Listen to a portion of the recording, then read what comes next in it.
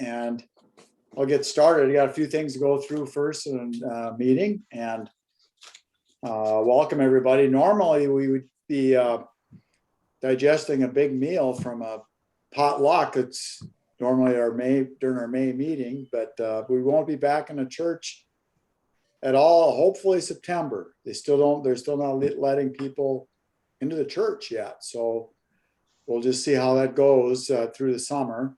And they most of us are vaccinated, but they have their rules over there too. So first of all, I want to welcome you again. We'll be off until September, but there's still field trips going on. And tomorrow morning at 8:30 at the Robertson Bird Sanctuary. Is that on Ranchero Road, I think, in Waterloo? At 8:30, we'll take a walk there. The birds are back. And so I took a walk around Riverview Park yesterday. 66 species, 12 warbler species, and 21 Swainson's thrushes. So I knew there's going to be a push of thrushes because I had 3 of them in my yard when I got up to eat breakfast. So it's time to go. So things are showing up. That's good to see and know. So I want to say thank you to a number of people. First, our board, who's fantastic, even though we haven't met in person at all this year. We've still been busy doing about everything we normally do, except our normal meetings at the church. We've been meeting in Zoom and so I want to say thank you, first of all, Craig, for getting our field trips and things organized and doing our fundraising, which we're just starting that now. We spent a lot of money this year. We'll get a financial statement out, but your memberships are what supply us with the money we need to function as a group to pay our normal bills and our newsletter costs and rent of the building and things like that. The money we earn for the fundraiser is like icing on the cake. We can give help with our 6 counties and conservation needs and education needs, which we do, which totaled over $5,500 last year, including, it's in our newsletter, but in case you didn't see it, give $1,000 for an outdoor bird nest at Hartman Reserve. Bremer County got $1,000 for some educational virtual equipment they're going to use. Erie Woods Nature Center, Butler County got $500 for bird building supplies that they use with kids. McCann County has $1,000 for trees for a new prairie and bison exhibit. Denver, Iowa got $500 for promoting pollinator signage and bird city finders for their bird-friendly city. LaPorte Memorial Library got $500 for bird books, puppets, education materials. Blackhawk Soil and Conservation got $500 for water quality monitoring for Dry Run Creek, which is part of being bird friendly, is watching what our water is doing in habitat, keeping our habitats good for birds. We spent $150 for the rights for the New Bedford Symphony Orchestra bird flight concert video. Candace is going to put that link on our website with the password. It's geared for elementary kids, primarily 3 through 5, but it's being used now nationwide, K through 12, and for adults.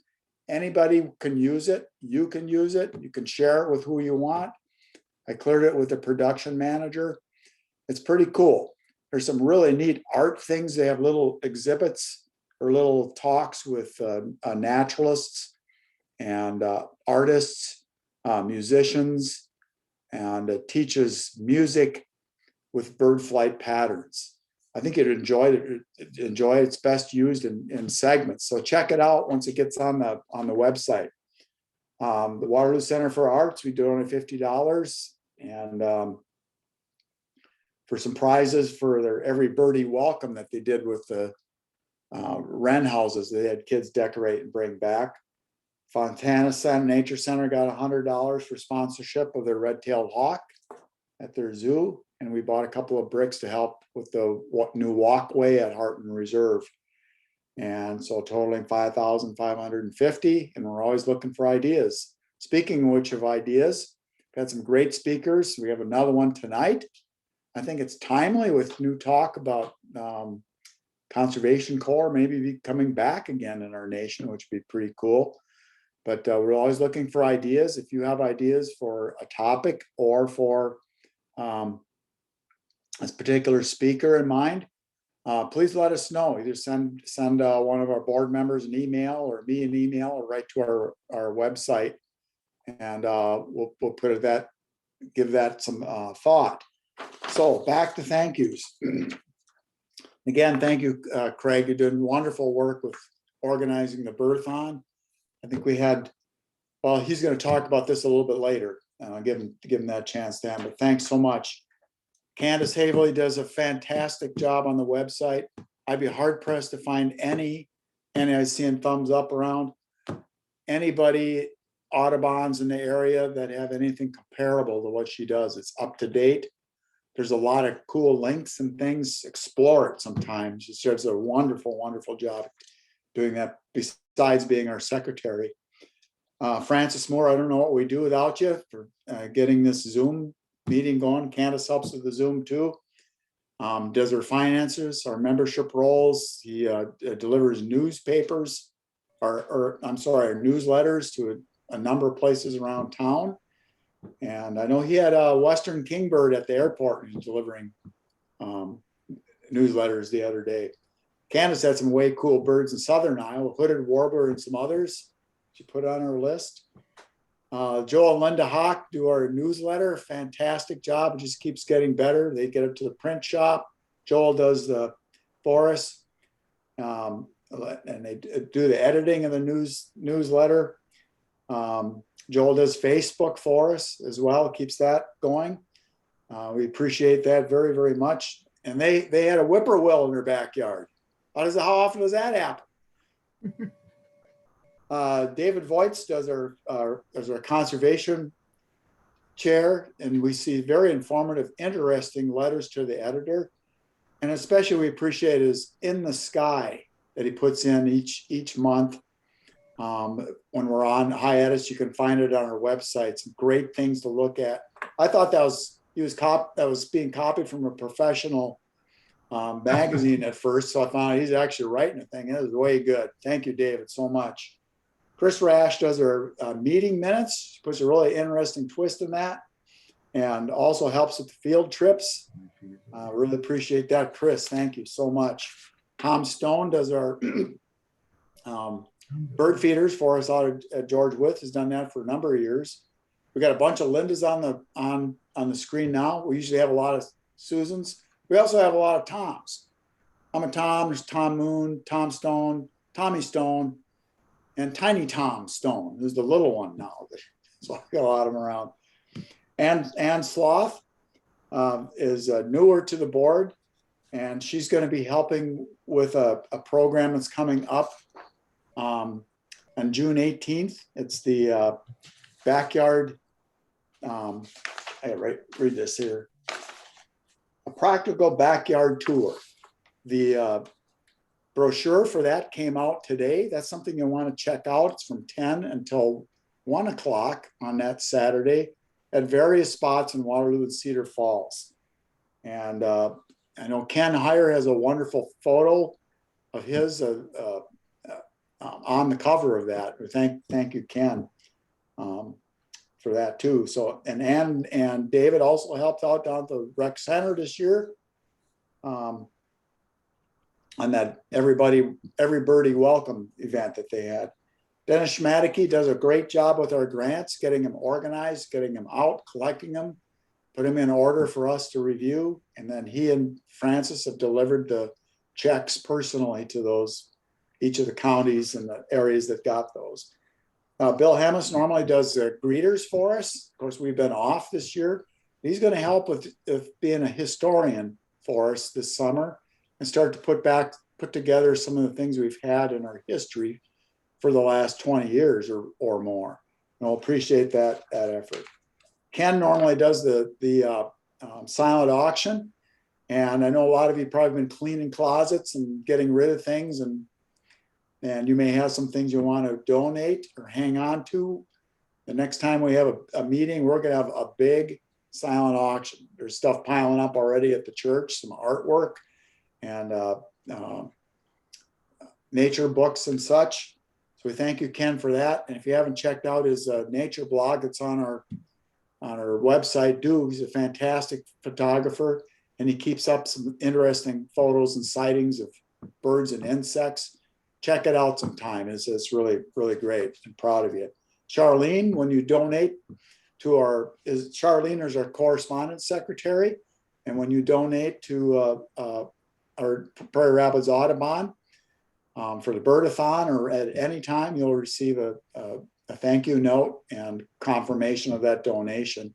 And she also does the budding birders for young kids with puppets. And I think she's got a couple of those back starting up again. We've been off, for a year because of COVID, but thank you, Ken and Charlene, and thank all of you for sticking with us throughout the year. And I got to think of anything else here. We've had some interesting birds around. I know there's been, there was a brant seen in Hardin County. And we talk about the economic impact of birding. There are people coming from 2-3 hours away. I think it was a traffic jam over at Pintail Wetlands. I heard from people, I had maybe 20-25 people there at once seeing this bird, which is pretty rare. So if you see a sighting or something, don't hesitate to send it to us. Candace can post that on recent sightings on our website, or put it on our email too. And if you're not on our email list, I think we have over 200 people on it, send a note to us and we'll get you on there. I think that's about all I have to say for right now. Yes. Tom, yeah. David Eastman take care of the feeders at the. Oh, thank you. Forget about that. Dave Eastman and Leon Lindley put up a new feeder system at the Cedar Falls Visitor Center. And we earmarked $500 for that. And there were some other donations that came in. Both of them did a fantastic job. It's all brand new, sturdy. Check it out. So we appreciate the volunteers that aren't on the board doing things for us too. I hope I didn't forget anybody. If I did, I apologize. But I'm going to turn it over to Craig, who has a few words about our Bird-A-Thon and our fundraising efforts, and maybe something else. So, Craig, take it away, buddy. I heard that few words. Before we get started, David Voigt emailed me and let me know he was going out to where he is now, and I encouraged him to look for a western kingbird when he went over the Missouri River. But as it turns out, Francis got one for us, so we're still okay. Took you off there. And I'd like to make a comment that last Wednesday was kind of a neat event. I think as you get into birding and being out in the woods and your fellowship with people, I can still remember Jan Anderson and I, when we walked down that Shirley Trail and we walked off Shirley Trail, and we walked off Jan over into that little pond backwaters to look for that bay-breasted warbler. And the rest of the group kept on going down the other direction, and then we had to come back. But Jan, I was just seeing you there, and I think I acknowledge remembering that, along with Jean Hall, in the same area, a little bit further down. She's got a favorite tree out there I usually talk about to the people when we go there. We had, getting started then, we had 4 nice days for birding during the month of April. And the mathematics behind me says that we had 68 species that we documented during the month of April in our birding Wednesdays. And we had an average of 19 birders, and we had an average of 38 species that we'd see each birding outing. We had some cool weather in there, but in the mornings, but it was a real successful weekend. We'll be going on for 4 more weeks. They're already on the website in the month of May, starting, like Tom said, tomorrow morning out at wherever that is. going on to the Bird-A-Thon, this is in a sense the kickoff that was started years ago during this week for raising money for our organization. On the 3rd of last Monday, on the 3rd, both mayors in Waterloo and in Denver acknowledged at their council meeting some type of language dealing with a global big day or a migratory bird day or a migratory bird week, world migratory bird. They acknowledged that in their city council's meeting, and I think we're appreciative of that. Some of us attended each of those council meetings last Monday. Wednesday, we went on and birded our normal Wednesday. And then Friday, we visited Cedar Falls, a new bird-friendly community up at North Cedar Natural Project, and documented birds that we started then to count towards our birding list that we keep during this week to establish some type of a number that some people use to perhaps use to document how much money they want to contribute to our organization. Where Saturday then being the global big day, and by the way, that big day across the nation, across the world, I just put down some statistics that I read today. 50,072 people went birding that day. 120,000 checklists were put on eBird, and 6,479 different species were documented. Those are all records for eBird on dealing with the global big day on May 8th. We, as a group, have always celebrated, we call it like little Francis Moore Day too, but we had 92 species at Sweet Marsh where we spent the day out there birding, and good fellowship, a lot of fun. We did sight a golden eagle, and that was the first time we've ever had a golden eagle sighted on any of the birding trips that I've been on that day.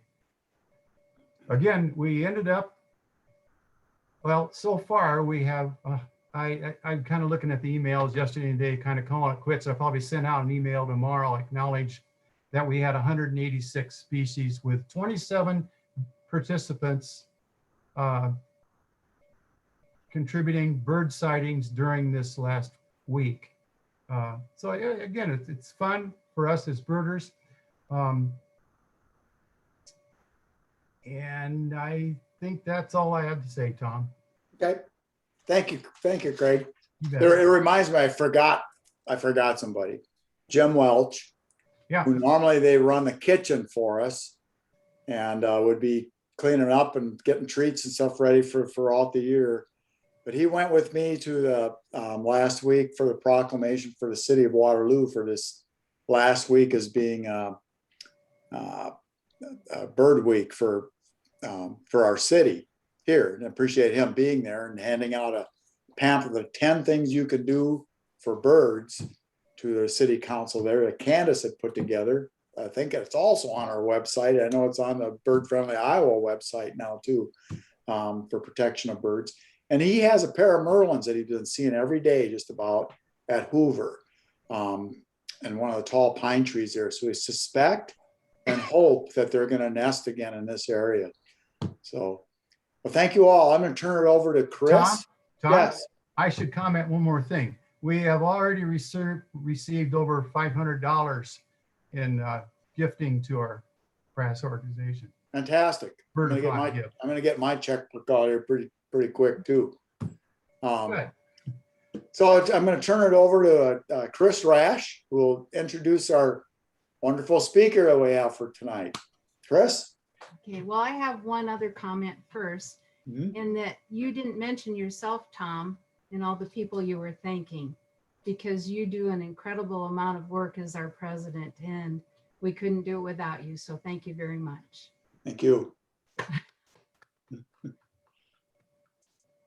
And with that, It is Round of my applause, yeah. privilege to introduce tonight's guest speaker, Linda Betzinger McCann, and she is a native Iowan who currently lives in Shell Rock.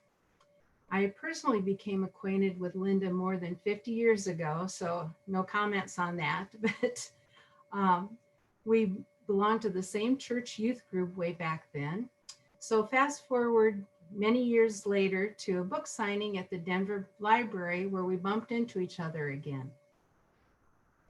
There I learned that she had authored several books on local history, particularly the lost towns of Bremer, Blackhawk, and Butler counties, that she wrote after having discovered that she was a descendant of the founder of Shell Rock and doing research for that community.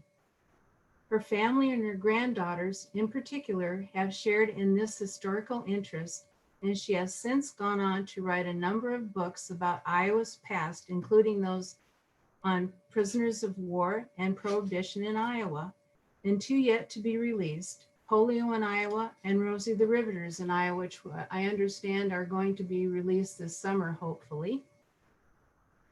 Because we just celebrated the 100th anniversary of our state parks in 2020, we thought that you'd like to hear about the Civilian Conservation Corps projects in Iowa, many of which exist in our state parks. And that's another of Linda's books. They look like this, and they're little short books that you can kind of pick up and look at. You can either read the whole book or just pick and choose what you want to read. And I'm sure Linda will tell you later how you can get a hold of those. So with that, take it away, Linda. Thank you, Chris. And I don't even have any stories to share. Okay.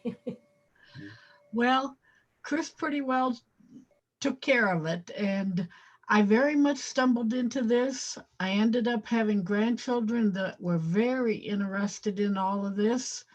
And it's just grown. And actually, my second granddaughter, who's a junior at Wartburg, did the cover for the Rosie book. Her major is computer graphics. She did the cover. And, you know, the grandkids have gotten involved with this, and it's just interesting to me how it has grown. So we were at Backbone, the family was, when these kids went off and found the hatchery.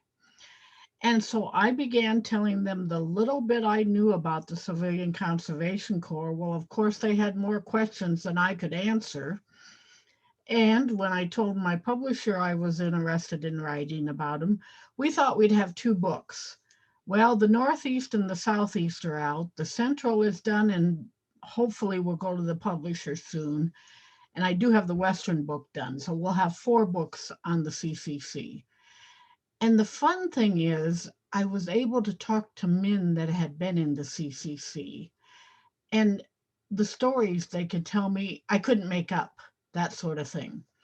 I'm going to just hold a little bit. And of course, most of you probably know that the CCC, Civilian Conservation Corps, functioned from 1933 to 1942.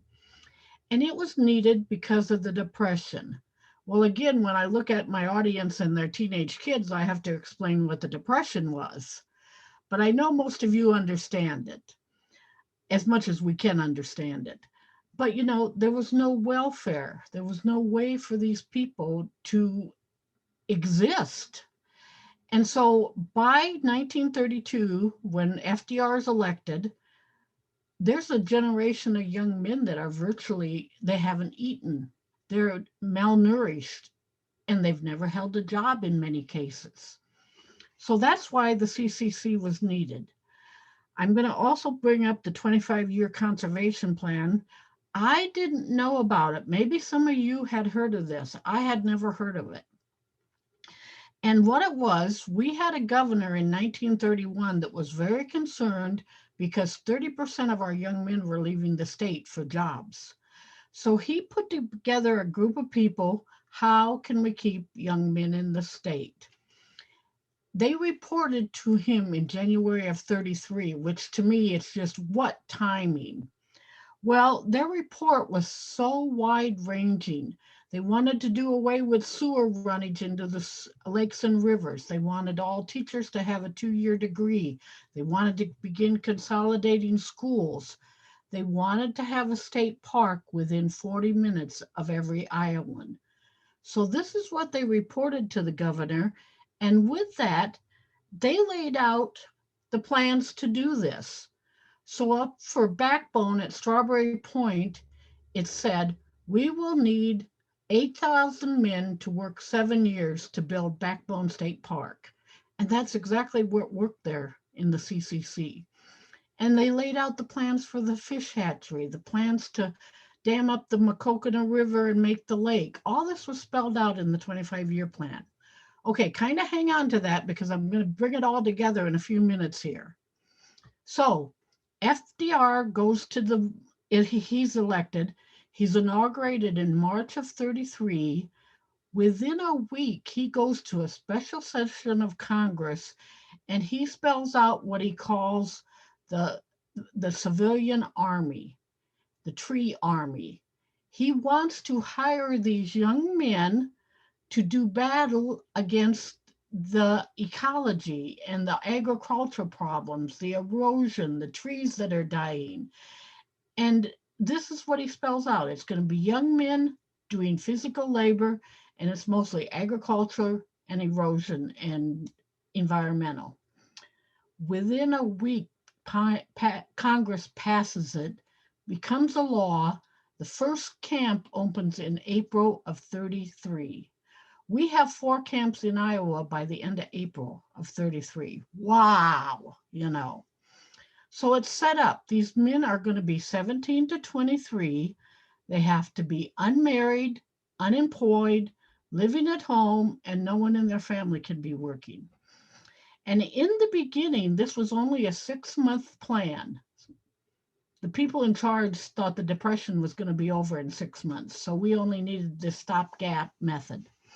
So they didn't build many buildings. A lot of the people, when the men joined, they would go to the courthouse, go through the steps, and a lot of them stayed right at home and worked locally. So, like I say, we had 4 camps in April. It was set up so it was based on population. Bremer County was allowed 7 men. Scott County, Davenport, was allowed 50. So it was all based on men. And we could have about 4,600 men statewide working in the CCC. So they would go to the courthouse.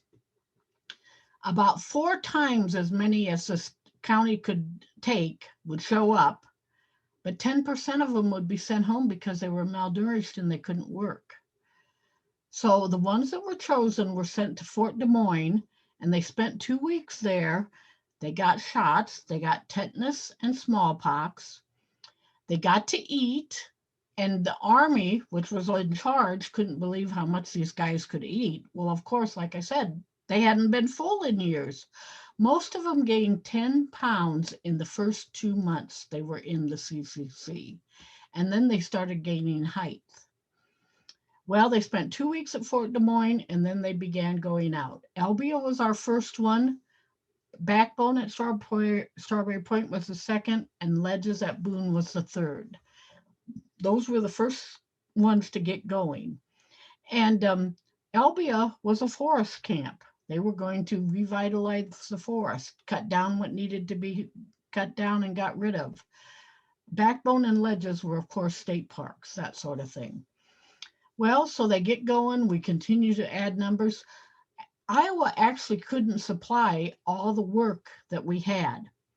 And I got to go back. I skipped something. When Albia, Strawberry Point, Boone wanted to have a camp, they had to have a sponsoring organization. Chamber of Commerce, Lions, Rotary. Somebody had to sponsor the camp, and they were going to spend money to get the camp. They had to have 20 acres of land. It had to have water, sewer, and electricity. And with that, then they had to have a plan. They had to have a plan all drawn out because they had to go to the State Conservation Board and get approved to have this camp. Well, that's where the 25-year plan comes in, because all these plans are completely spelled out. And if you pull up on your computer, you can read this 25-year plan. It's just unreal, and the detail they went into. So in Iowa, we had more plans than we actually had people for. And so they continued to approve places, and they actually brought men from Illinois to work in Iowa because we needed more men, and we could only have this 4,600. So that's where the 25-year plan is so important, because all these plans were spelled out. Well, now every town that wanted a camp didn't get one. Clear Lake, Owine, and St. Ansgar all tried to get a sponsoring organization, and none of them could. It's actually in the Clear Lake and Mason City newspapers. Will someone sponsor a CCC group? We want to do this work at Clear Lake State Park. They never got anybody.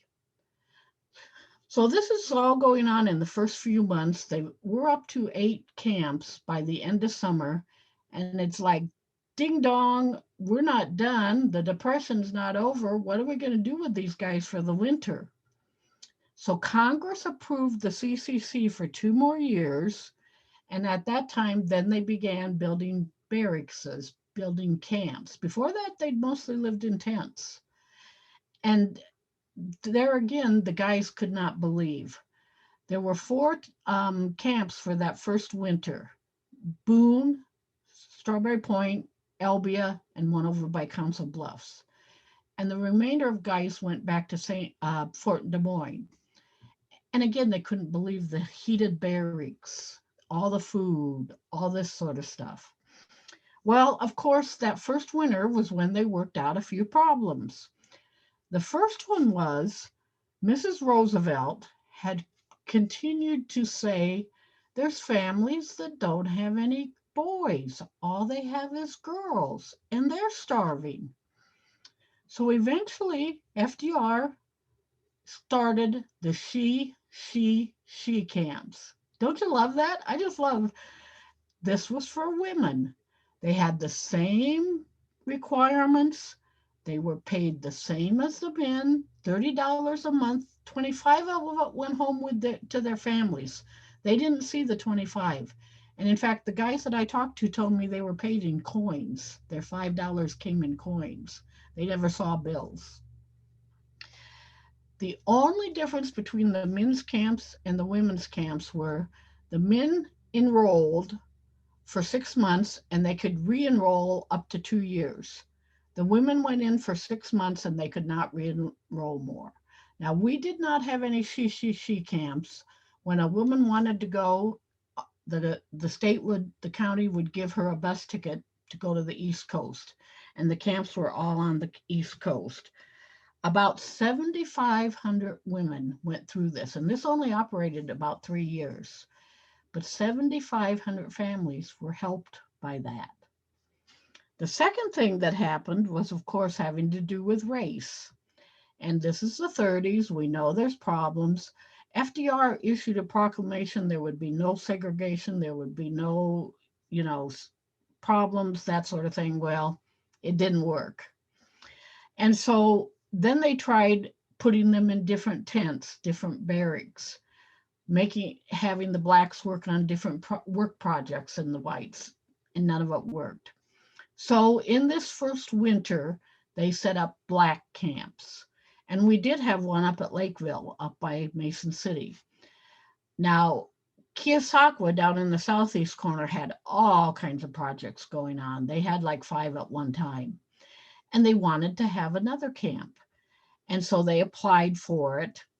Well, somehow or other, word went around Kiyosaku that it was going to be a black camp.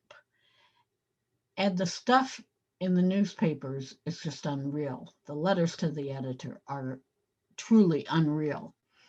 In fact, I said to my publisher, I said, we can't print these letters. And she said, oh, I can't believe that. Send them to me. I sent them to her. She said, we can't print these letters. So that's how bad they were. So Kiyosaku did not get this camp. I can't say that it's tied together, but the people did not want it. Like I said, we had one camp in Iowa. Otherwise, our Black citizens were sent out of state to go to camps. And then, of course, they set up Indian camps, and we had one at Tama. And again, over 700 men were in this one at Tama. And again, 700 families were helped by this work. So all this is going on that first winter. They're getting all this stuff straightened out. By spring, we're up to 12 camps in the state. The men are going to work. They're getting their jobs done. But somewhere during this also, some of the people had realized what a poor education these guys had. Most of these men had quit school at 6th grade, if not before. I talked with one guy that had quit at 4th grade because they thought they could help their families. So these guys can virtually not read or write. So that's another thing that was added in with the law during that first winter. They were going to get an education. And it was mostly in the beginning to be able to read and write. So these guys are working during the day. They're going to school at night. Well, each of these towns that got a camp thought they were going to make money off of these camps, and they really didn't, because first off, there were problems between the town guys and the CCC guys. And then the guys didn't want to go spend money necessarily, you know. So that first year, again, is getting stuff adapted, all of this. Now, with that saying, there were problems. There were a couple killings. Theft was a real problem in the beginning. And the guys I talked to said that we didn't have any problems till the Chicago guys came. Well, I don't know that they were all from Chicago, but they were Illinois guys. And the one guy said to me, all they would do was complain about their hands. He said they didn't know how to use a shovel, and all they could do was complain how bad their hands hurt. You can imagine it. So, you know, this first summer again is still getting things working, what's not working. You know, one of the guys told me the first thing they purchased was a padlock for their foot locker, because if they didn't, their boots were stolen. These boots were evidently really something, and there was always a shortage of boots, sort of thing. So as I said, they're just going along, they're getting stuff done. We're continuing to expand. We can only get these 4,600 guys working. There's about 200 guys at each camp. There's about 50 Army men at each camp, because they're overseeing the camp. They're the transportation, they're the office, they're the cooks, that sort of thing. And then they hired the local men. They were called LEM, local experienced men, and they were mostly the foreman on it. Well, you know, with all this work that they did, and think of all these state parks with the rock work, they had to hire a lot of men that knew how to do this. So they're teaching these guys this. As the guys are learning to read and write, they're also learning skills. And most of the guys I talked to learned their skills in the CCC, and they worked them their entire life. And one of the guys said to me, if we wanted something special, they would find somebody to teach it. And if we couldn't have it here, they might send us to another camp that already had it, you know. So again, the people in charge were they knew they wanted these guys to get an education and learn a trade and think of the future, sort of thing. So like I said, things are moving along. We're getting these camps going. Well, again, we're having a shortage of men by the late 30s, because the guys had learned if they could stay in, they would get discharge papers. Now, if any of you had family into the CCC, please get a hold of me and I'll tell you, you can get their discharge papers. They're fantastic to see.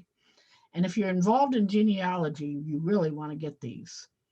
So anyway, our guys had learned if they could get these discharge papers, they could about get any job they wanted. Because you can imagine, they get out, they go to somewhere, yeah, I've got this. Well, everybody else trying to get the job has no experience, sort of thing.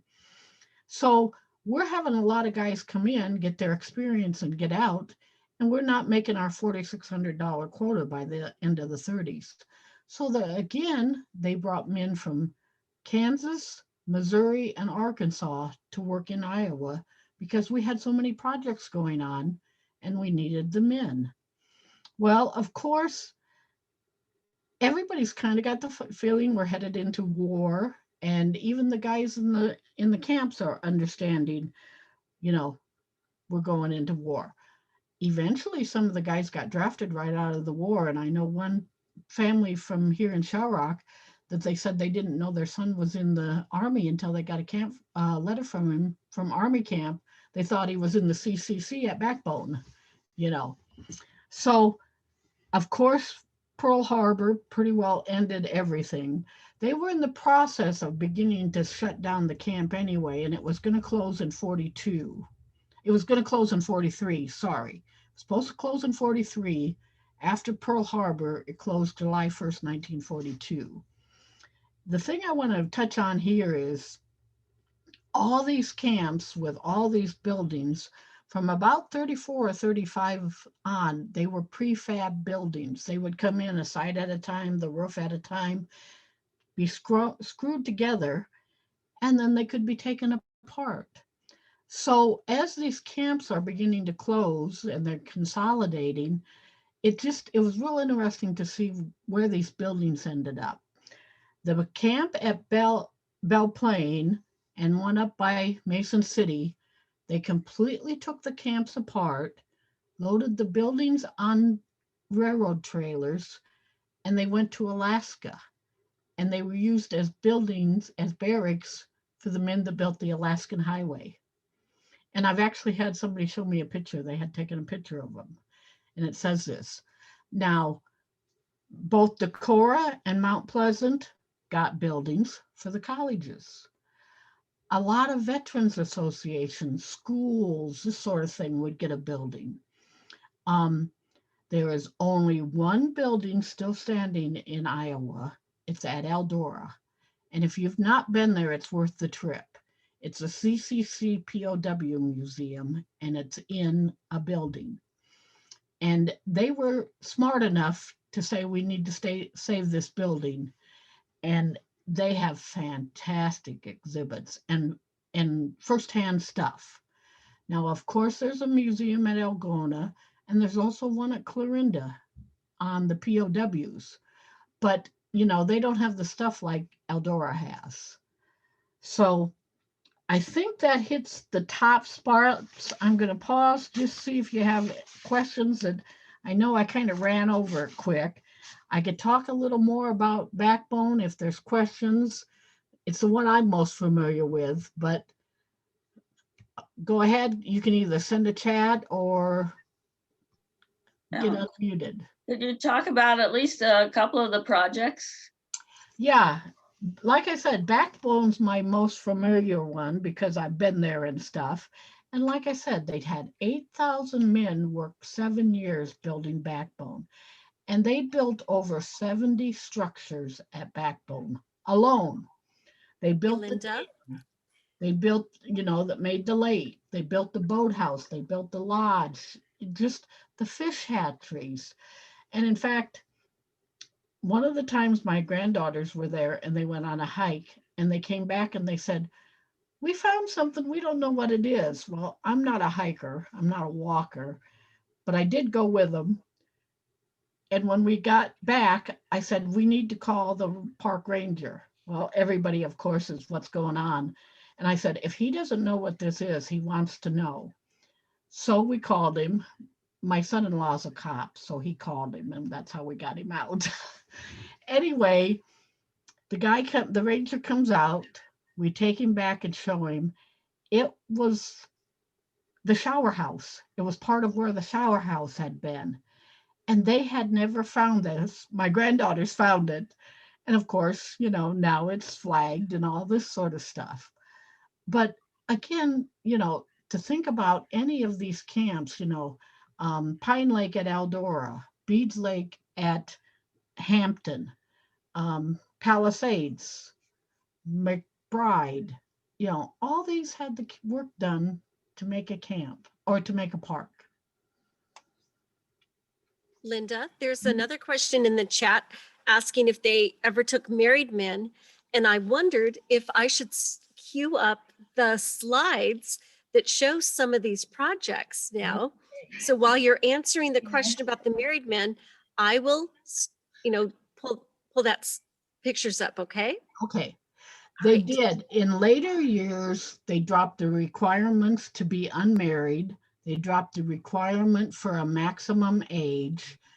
And because again, they needed more men, sort of thing. I actually talked to a woman that her father was in the CCC. They were stationed over by McGregor. And when her mother got pregnant, her mother was living in McGregor. The father, of course, was at camp. When her mother got pregnant, the guys in the camp went together and bought a trailer so her mom and dad could live at the camp with this new baby. So she claims she's the only baby that grew up in a CCC camp, you know. But again, all this was dropped because we just plain needed the workers because we had all this work going on. Okay, we got a few pictures to show you. These are the guys at Backbone. They had reveille every morning at 6 a.m. Then they did exercises. They ate breakfast at 8, went to work by 8:30. They worked from 8:30 to noon, had breakfast where they were, or lunch where they were working. One guy told me he never ate another bologna sandwich because for 2 years, that's all he had for lunch, sort of thing. They worked until 5 o'clock at night. They came back to camp, ate supper at 6. And so from 7 to 10, they were available to do whatever, but they had bed checks at 10. So it wasn't Army, but it was pretty close. And these are the barracks. This is one of the buildings at Backbone. And to think about these guys building this, they used no equipment. It was said that they weren't trained enough to use equipment. And so everything was done by hand. They actually went out to fields and they would advertise, we need rocks. Can we pick up rocks in your field? They would go out and pick these rocks up from local fields and then make buildings out of them. Of course, that's the boathouse. And again, to think about them building this dam at Backbone, it just, every time I see it, I think about it. And again, they planted trees. This is one of the bridges at Backbone. They planted about 30 billion trees nationwide. They planted 3 million trees in Iowa. Well, one of the days I was talking to these guys, and they kind of got so they were testing me, I think. One of them said to me, how do you think we planted trees? And I'm kind of going, with a shovel? He goes, we stood 2 arm lengths apart, and there were 40 men in my line. He was at Backbone. He said, we planted the first tree at our feet. We took 2 giant steps, checked to make sure the line was straight, and we planted the next tree. He said that we did that for 8 hours a day, day after day after day. So whenever you see these lines of trees, they may have been planted by the CCC. This is dam construction. And again, you know, they're working. They don't have much equipment. They made their own cement, sort of thing. They bought bagged cement and made their own cement. These are the fish hatchery. And I can remember when it was still operating. It's not anymore, but of course they grew trout and put them into the streams and such. And to me, I'm just enthralled by the thought that went into so much of this. It's somebody really was thinking.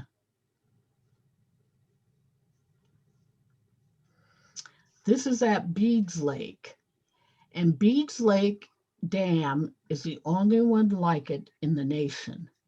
And again, they went out to the nearby fields, picked up the rock, and they claim there's not a bit of cement in the dam, that they fit the rocks together. Now, I just happened to be in a boat one day when I started talking about this. And we actually were with our 7-year-old granddaughter, and she wanted to see it. So we went closer and actually managed to get out. And she just, again, at 7, couldn't believe that they fit it that tight that no water got through. Where is Beads Lake? That's at Hampton. It's about Okay. 30 miles west of Shell Rock. Okay, thank you. And it's worth the trip. And this is the Finnish Dam. And we actually were able to stand where those 3 guys are standing. And, you know, again, you just, to think of these guys doing it with nothing is what enthralls me. This is the interior of the lodge at Beads Lake. And again, they're fantastic. I talked to the guy that was in charge of one of these camps, and he said to me, do you know why we built like we did, using the wood, using the rocks, that sort of thing? I said, no, but I love it. He goes, we didn't have any money for materials. We were told we were to build this stuff and not given any money for materials. Well, within a few years, they were given the money, but in the beginning, they had to make do with what they had.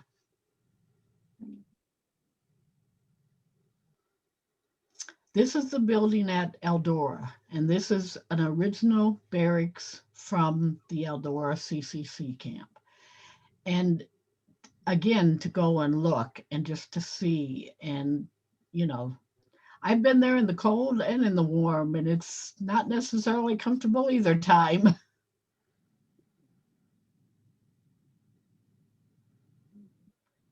This is one of the cabins at Pine Lake at Eldora, and they built these.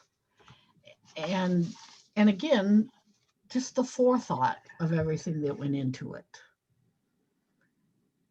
And when you think about, we're into the 3rd and 4th generation using this stuff.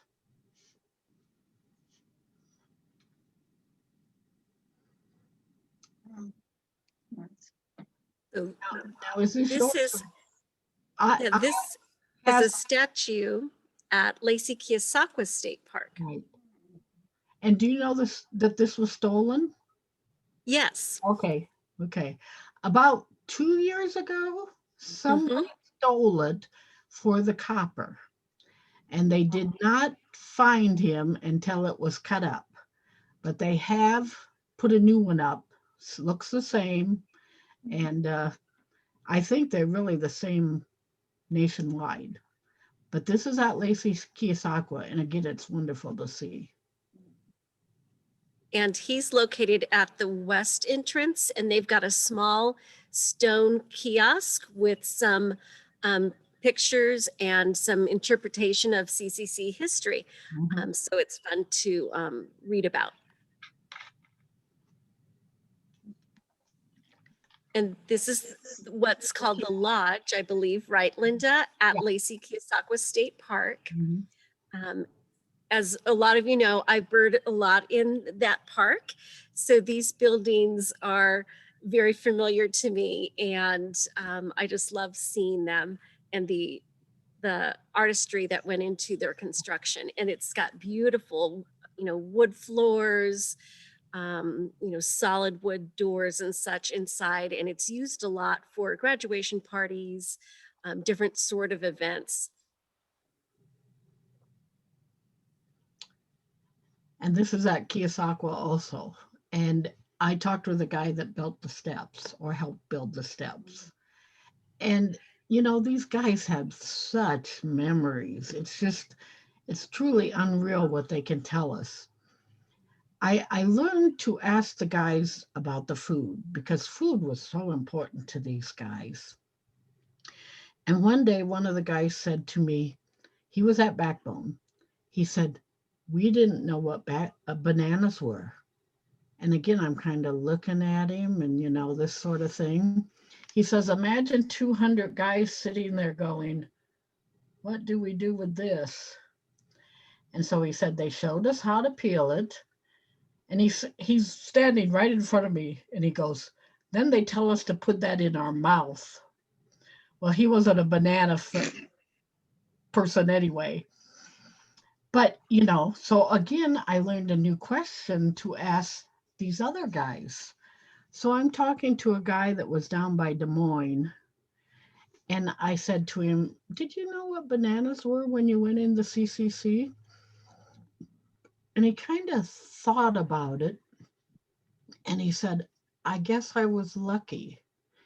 He said, we lived behind the grocery store when I was growing up. We went through the garbage every night. Okay. Well, imagine when I tell teenage granddaughters that story and they're just going, what? Yeah.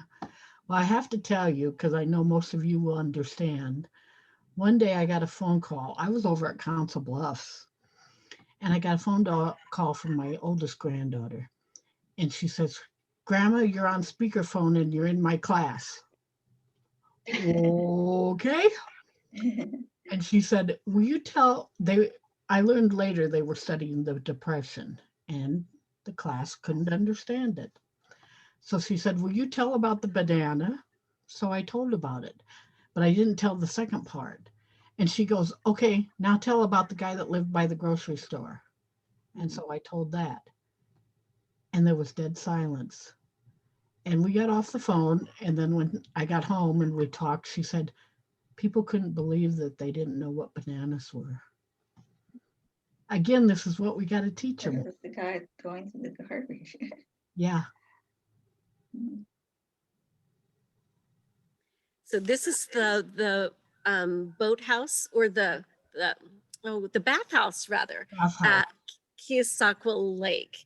And the steps that Linda spoke about being built are on the other side of the building leading down to the lake. And there are 122 or 123 of them, because when I really want to try to get in shape to walk hills, I go walk the steps at Lake Lacey. That might be hard for some of you to believe, but yes, they're the original stone steps. So you've got to be careful when you're walking them. Yeah.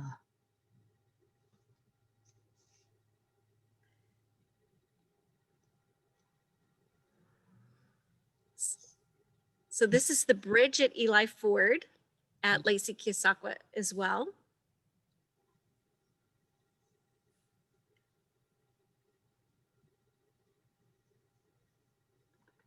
Each camp had their own patch, and this is the number of the camp. And they wore this on their clothes, and many of them saved these and that sort of thing.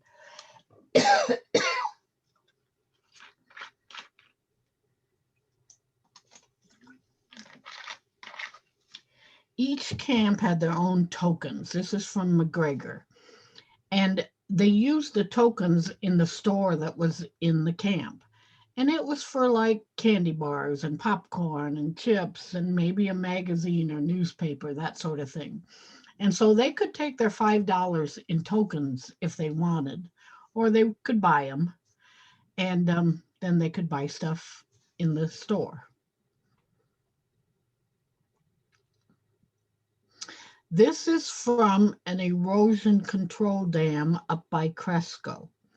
And again, I had not seen one of these till the person called me and told me about it. And, you know, we've mostly talked about the state parks because that's what I knew, and I'm sure that's what most of you knew. But think about, they built 18 lakes in Iowa. We had about 70 parks worked on, and these are city, state, county, local, that sort of thing. All the work with the state parks is only about 25% of the work the guys did in Iowa. This erosion control, the terracing, was 75% of the work done here in Iowa. So, you know, we don't see this stuff in our area. The western part of the state does have a lot of terracing and such. And like I say, this one was up at Cresco. The guy would not let me come and see it because he didn't want people to know it was there. And when I actually spoke at Cresco and showed this picture, the group was sitting there going, well, is it so-and-so? And is it so-and-so? No one there knew where it was at, but they were all wild to find out where it was. And that's the thing with most of these. They don't want people knowing it's there because people will trespass and such. But again, think about that 75% of the work they did in Iowa, we don't know about. Again, wow. This is just one of the signs that were around. They wanted the hunters to know the CCC men were working and to please be careful, sort of thing.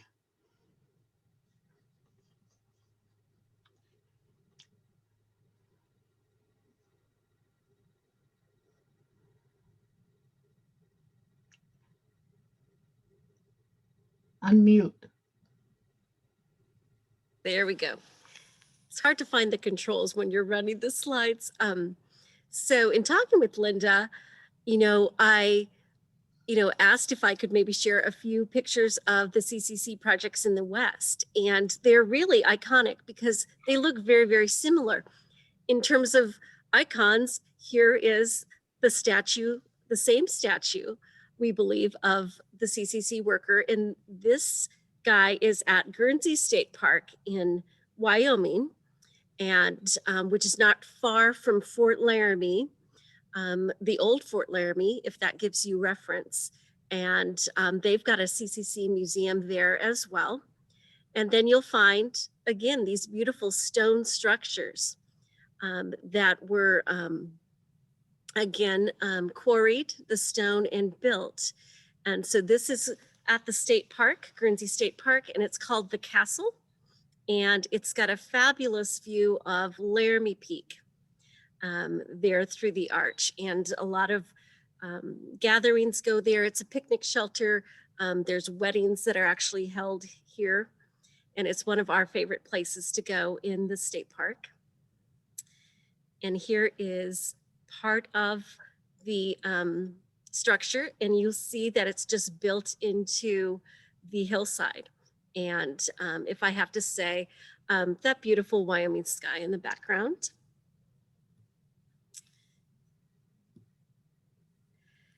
I also told Linda that my grandpa worked with the CCC in Scottsbluff, Nebraska, and he helped build the tunnels for the Scottsbluff National Monument. So I'm going to look up and follow the instructions on getting his discharge papers. And I think that's really interesting. So I thank Linda for sharing that information. Well, and somebody else did ask a question. Go to ccc_legacy.org. And that's the place that you go to start finding out how to get records. There's no place to look that has all these names. You'll have to go through the paperwork to apply. If they find something, it's going to cost $75 to get the paperwork, but believe me, it'll be worth it. And it does take a long time now because a lot of the people aren't back at work yet. But go there and check, and it doesn't cost anything to apply, so you can find out. Because a lot of people thought their grandfather, whatever, was in the CCC and he ended up being the WPA, or they thought he was in the WPA and he ended up in the CCC. Because there were about a dozen of these programs going on at the same time. And really, we're very lucky because the CCC did these discharge papers and some of this stuff. Whereas the WPA, there's no records of, there's nothing. And so, some people can't turn up anything, whereas CCC people can. So Linda, Tom had a question about where the stone was quarried. Around like Backbone, they quarried it in that area. Now, some areas they did have quarries. Other areas they busted or trucked it for an hour or more. It just kind of depended in what part of the state they were at and where they could get it from. A lot of that is in my book when I could find it. So books when I could find it. Hey, Linda. This is Francis Moore. There's a beach house at Lake Wapello State Park Mhm. that is rather large, and they have several other projects there that they did as well. Mhm. That's an interesting place there. It is. And that's in my Southeast book. The CCC did the work again.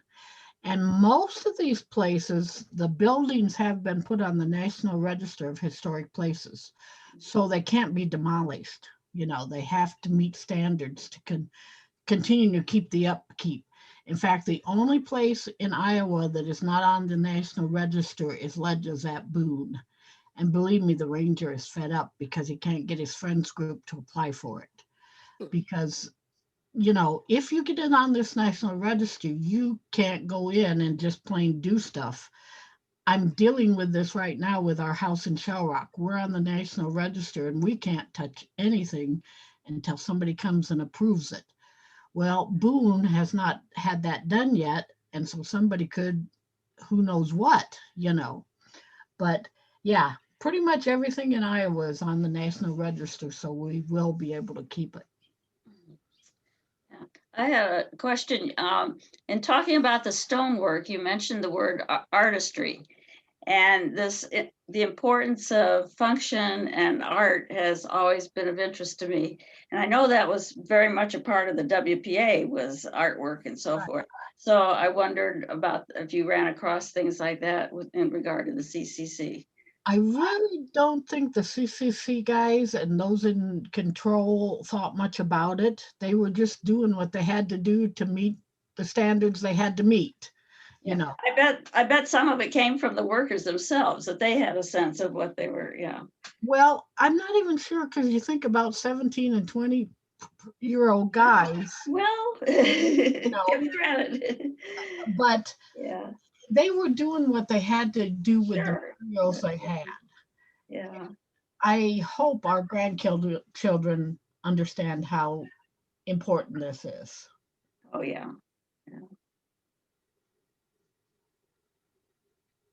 I had a question too. So you said that they hired women too? Did the women do the same type of work as the men did?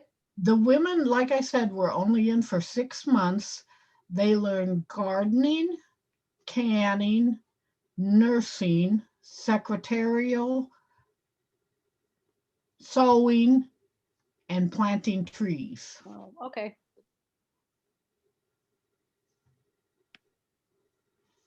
So Linda, why did they limit the number of men who could serve when they obviously needed the manpower and they brought them in from Illinois? Why didn't they just, enroll more of the Iowa men? Well, it was a nationwide regulation. It was based on 1 man for 400 in population. Okay. So Iowa was limited to the 4,600. We had roughly 50,000 men go through the CCC. And I always think, and so that's 50,000 families that were helped by this, But yeah, it was a nationwide proclamation, 1 per 400. And we were lucky enough they would bring them from other states to help us. It's kind of interesting. The New York City people supposedly ended up in the Rocky Mountains and didn't know how to adapt to that. So unfortunately, I think all the guys are gone, and I was very lucky to catch the ones I did, because again, it's those stories that make it real.